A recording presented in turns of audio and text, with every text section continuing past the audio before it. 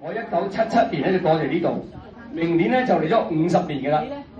喺1976年嘅時候咧，喺香港一間新嘅電視台叫做佳藝電視，即係佳視。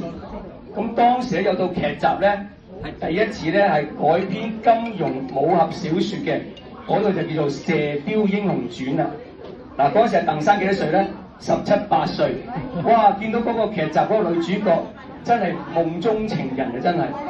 所以今日咧，我覺得好榮幸、好高興咧，嗰個嘅女主角就係美雪姐，佢就喺我哋嘅當中。頭先嚟咗啦。係啦，頭先嚟咗啦。咁所以咧，我今日咧特別咧要唱翻當年《射雕英雄傳》嘅主題曲。好。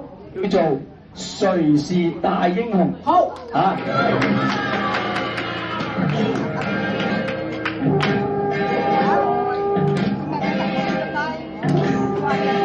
絕招好武功，18掌一出力破狂龍，大智威風，能到此是英雄，誰是大英雄？